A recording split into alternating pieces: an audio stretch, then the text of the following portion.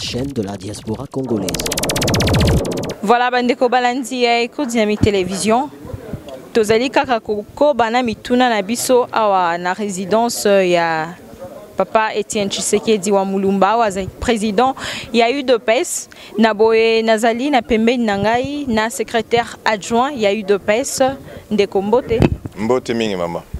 Naboye tozali kotuna motuna en tant qu'acteur politique parce que yo pozali moi politique. Likambu ya FCC ozali plateforme oyo bandeko ba opposant ba sali na président Joseph Kabila. Ba impression na yozali. Bon, impression nanga eza boye. Oyebi que biso UDPS toza parti moko oye bandakala oye mesana na ba makambo yo ba pouvoir basalaka.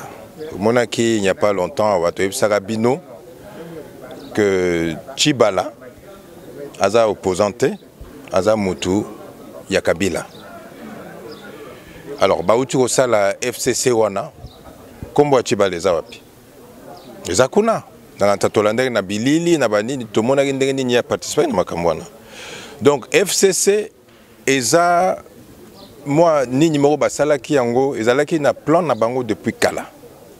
Pour na plateforme wana ba mécanique ko yiba batu mususu ya UDPS ba kotisa bango na PPRD.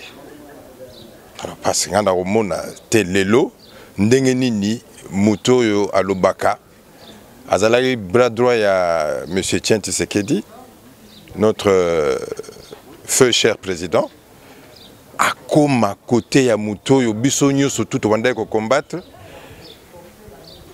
akoma kolia na bango na koyiba na bango na FCC wana. Donc eza makambo ya kala ou bandaka ndenge bayibaka ye Chibala tout ça ndenge bayoka na liboso pona okwesa UDPS mais biso na niveau UDPS to koloba boye ezala ba FCC ezala ba nini biso toza na vision na biso ndenge to bundaka pona peuple soki bango babundela ba peuple te biso to kobundela peuple na ndenge oyo peuple a se retrouver un jour. Ba FCC wana peuple yemoko ako juger bango na ndenge nini bazo kambamboka depuis bientôt je crois 16 ans ou plus de 16 ans. Ndenge ba koma siko ba glissement bazo nga kotika. Mais biso toko continuer combat. Ba FCC wana ezo bangisa biso te bazwa autant ya ba parti politique balingi mais biso lutte na biso za pona peuple toko senga peuple étaler la biso UDPS ndenge tozo sala toko trahir bango jamais. Ce que ça que toko sala plateforme za la plateforme moko oyo toko zala na peuple. Donc biso FCC et salamate déjà c'est un mort-né pour Nabiso. Tobakisa bongo likambo etali maponami na RDC ozali mbutu etikali mikolomi nei. Est-ce que vous êtes prêt à déposer ma candidature na bino? Au moins neti nazalia wa na oti na commission wana kotala en tant que secrétaire général adjoint na oti kotala bango ndenge ba osala misala. Ba ko se réunir ba pesi bango moi salle moko ba osala misala ba liste eza presque prête. Mbalo yo ozanit la fois passée te. To ko aligner na niveau provincial to sala makasi to aligner 100%. Donc ba territoire nyonso tout au ya Congo, il faut batu bazala. Donc bondimi boki na maponami na likambu ya machine à voter. Non, to pesa ba condition parce que eloko bazo linga ba sala. Omoni tango biso UDPS to kola. To yebi ndenge ni ba politique ba salaka. Ba obimsalika mo ba kansa UDPS ezara boye tout ça bazara toujours ba extrémiste. Biso to déposer ba liste. To déposer ba liste mais tozo taille la bango. To pesa ba condition na biso. Oya ba machine à voter, oya ba coauditer ba nini wana ba fichier électoral ba fichier wana ba condition nyonso tout wana il faut les respecter. Mais dans l'entretemps, toko manifester volonté na biso ya ko kene na maponomi. Toko tika ba liste normalement et toko tika ba liste oya batu oyo bazali na posa ya changement ya mboka. Donc net nazalia wa bato baza na intérieur ya pays o baza na Kinshasa o baza partout.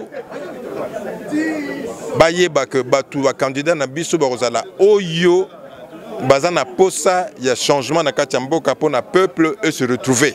baza ba candidat ya moyibi te bakozala ba candidat ya moyibi te bakozala ba candidat moko bakosalela peuple oyo bakosalela mboka tolobela toujours likambo ya changement ya mboka awa bazali kosenga biso likambo ya candidat unique mais jusque là Félix Tshisekedi rapprochement na ye na Moïse Katumbi ozomona te ke ntango mosusu eza mwa négociation to Félix akokende su na maponami te ekomi mwa mbutumbutu non wana il faut tolobela yango clair ozomona candidat unique eza malamu soki toyokani tobimisi candidat unique mais il faut mpe toyeba bitumba oyo biso tozobunda uta wapi. Est-ce que UDPS en tant que parti est-ce que le peuple Kotikango va poser candidature dans l'élection présidentielle? Candidat unique à Gozala, il y a UDPS et Uta Moussika. UDPS et solo, n'est-ce pas? Alors, Oyo Zolobak, Sogi, Félix, na Moïse, tout ça, bisous dans nos partis politiques. Il y a UDPS, parti politique à Mounene. Alors, Soki, Bagoyo Kana, mais je crois que Bata la place UDPS et Outa, Bata la poids, il y a UDPS, Bata la vision UDPS, Oyo Zala, on peut un changement Yambok. Donc, moi je ne crois pas que ce qui peser surtout, UDPS est au Tika Nassima. Donc UDPS a la favoriser pour présenter candidat. Ça, il n'y a pas de doute. Télévision, la chaîne de la diaspora congolaise.